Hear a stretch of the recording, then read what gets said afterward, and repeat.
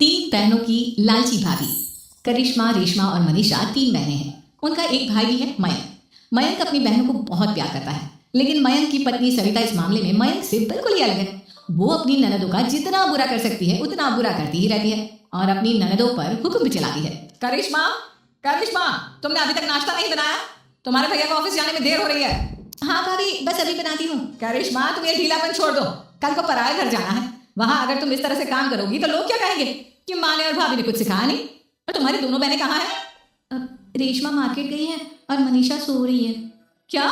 सुबह के 8 बज रहे हैं और ये महारानी अभी भी सो रही है? ये कहते हुए सविता अपनी सास दुर्गा देवी के पास जाती है। माँ जी, देख रही हो अपनी बेटियों के तौर तरीके?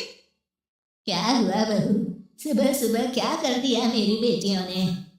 अरे एक तो अभी अभी उठकर किचन में गई है, दूसरी सुबह सुबह बाहर चली गई और तीसरी अभी तक सो रही है। क्या करूं मैं इन तीनों का, मैं तो परेशान हो गई हूँ। जा जाकर उठा उसे और रेशमा से मैं बात करती हूँ। सविता सीधा मनीषा के कमरे में जाती है और उसे कहती है, महारानी जल्दी उठो, सूरज सर पर आ गया है। भाभी थोड़ी देर और सोने दो ना, मैं रात को लेट सोई थी। वो क्या ना यूनिट टेस्ट चल रहा है। शराफत से उठती है या नहीं, या फिर पानी की भरी बाल्टी डालो तेरे ऊपर। नहीं भाभी, मुझे बिस्तर में नहीं लाना, उठती हूँ मैं। मनीषा जल्दी से उठकर बाथरूम में चली जाती है। सभी आराम से बैठकर नाश्ता कर रहे होते कि तभी रेशमा बाजार से हाथ में सामान लिए आ जाती है। रेशमा को देखते ही सविता उस पर बरस पड़ती है। लो, आ गई महारानी। ऐसा भी क्या सामान लाना था जो सुबह आंख मलते ही बाजार की तरफ रवाना हो गई? भाभी, कल आप ही तो चीख रही थी कि घर का सारा सामान मुझे ही लाना पड़ता है, घर में किसी को भी किसी काम से कोई लेना देना नहीं है। अब मैं बाजार जाकर सामान ले आई तो आपको इस बात से भी तकलीफ हो रही है? देख रही हो माँ जी, अपनी बेटी की जुबान कैंची से भी तेज चलती है। और मयंक, आप तो कुछ कहेंगे नहीं अपनी लाडली बहन को। रेशमा, अपनी भाभी से ऐसे बात नहीं करते। चलो माफी मांगो। भैया, मैं क्यों माफी मांगू? आप भाभी से बोलिए ना कि हम पर कम हुक्म चलाया करें। हम इस घर की बेटियां हैं और आपकी पत्नी की ननद है, नौकरानी नहीं। लो कर लो बात, इनकी भलाई के लिए कुछ भी बोलो तो इन्हें बुरा लग जाता है। इस घर में यही इज्जत है मेरी। देख लो माँ जी, आपकी बेटी किस लहजे में मुझसे बात कर रही है। सविता वहां से चली जाती है। मयंक को बहुत गुस्सा आता है, वो भी वहां से चला जाता है। फिर करिश्मा रेशमा को समझाती है। रेशमा, तुम्हें भाभी से माफी मांग लेनी चाहिए थी ना। लेकिन दीदी, मैंने कुछ किया ही नहीं, तो मैं माफी क्यों मांगू? हाँ रेशमा दीदी जैसे ही घर में आई भाभी ही उन पर चिल्ला रही थी। हाँ, मैं मानती हूँ कि गलती भाभी की थी। मैं तो इसलिए बोल रही हूँ कि भाभी ने माँ को तो पूरी तरह अपने वश में कर लिया है। वो हमारी बात सुनती ही नहीं। मयंक भैया हमारे लिए हमेशा खड़े रहते हैं, इसलिए उनकी बात का मान तो तुम्हें रखना चाहिए था ना। कोई फायदा नहीं दीदी, कुछ दिनों की बात और है, भाभी उन्हें भी हमारे खिलाफ भड़का दी। फिर वो भी माँ की तरह हमारी किसी बात का विश्वास नहीं करेंगे। इसी तरह सविता अपनी तीनों ननदों को किसी न किसी बात पर परेशान करती रहती थी। एक दिन मयंक अपनी तीनों बहनों के लिए गिफ्ट लाया। क्या रेशमा, ये तुम्हारे लिए हाथ का सेट। रेशमा, तुम्हारे लिए सुंदर सी ड्रेस। और मनीषा, तुम्हें किताबें पसंद है ना, तुम्हारे लिए किताबें लाया हूँ। थैंक यू भैया। थैंक यू भैया। थैंक यू भैया।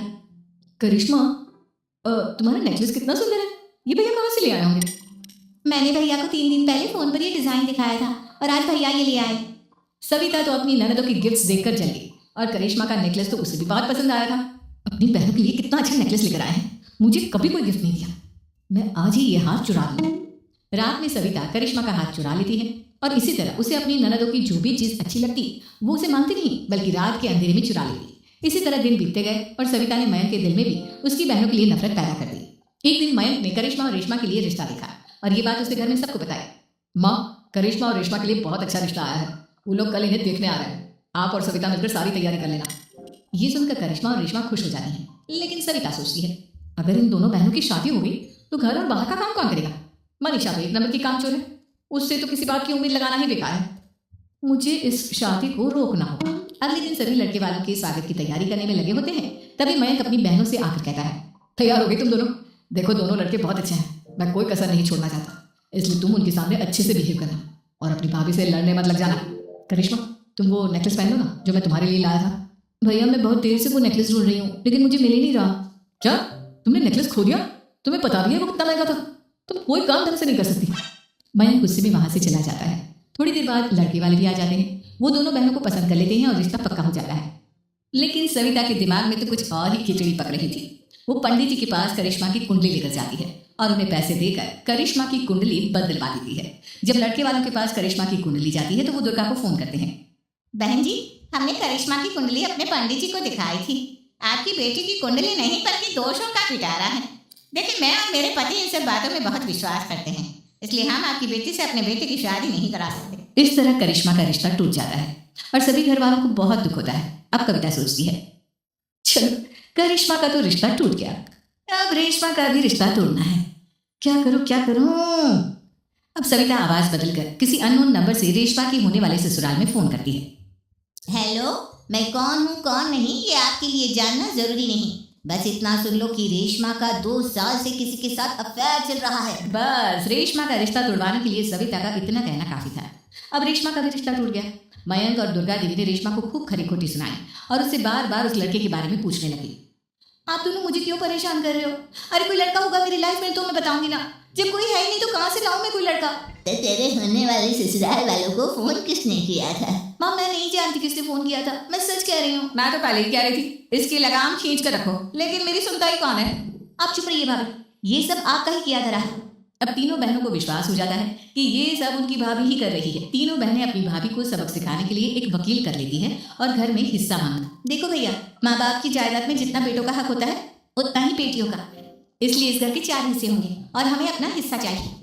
मैंने तुम्हारे लिए क्या क्या नहीं किया और तुम इस घर में हिस्सा मांग रही हो?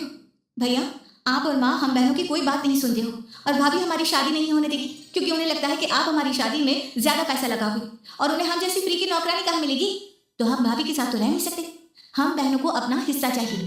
अरे तुम्हें शर्म आनी चाहिए अपनी भाभी पर ऐसा इल्जाम लगाते हुए, वो तुम्हारे बारे में कितना सोचती है। हाँ माँ, भाभी हमारे बारे में बहुत सोचती है, दिन रात बस यही सोचती रहती है कि किस तरह से अपनी तीनों ननदों को परेशान करूं और कभी मुझे पढ़ने भी नहीं देती। दोनों बहनों का रिश्ता भी तो इन्होंने ही तोड़वाया है और रात में हमारे कमरे में आकर हमारी चीजें भी चुराती हैं। इसी तरह सविता की तीनों ननदें अपनी बात पर अड़ी रही। अब कोर्ट में तारीख भी शुरू हो गई। जब सविता को लगा कि उसकी तीनों ननद इतनी आसानी से नहीं मानने वाली, तो उसने अपने पति और सास को सारी सच्चाई बता दी और अपनी तीनों ननद से माफी मांगी। मयंक और दुर्गा को भी अपनी गलती का एहसास हो गया। अब सविता खुद करिश्मा और रेशमा के लिए अच्छा रिश्ता ढूंढती है और उनकी शादी करवाती है।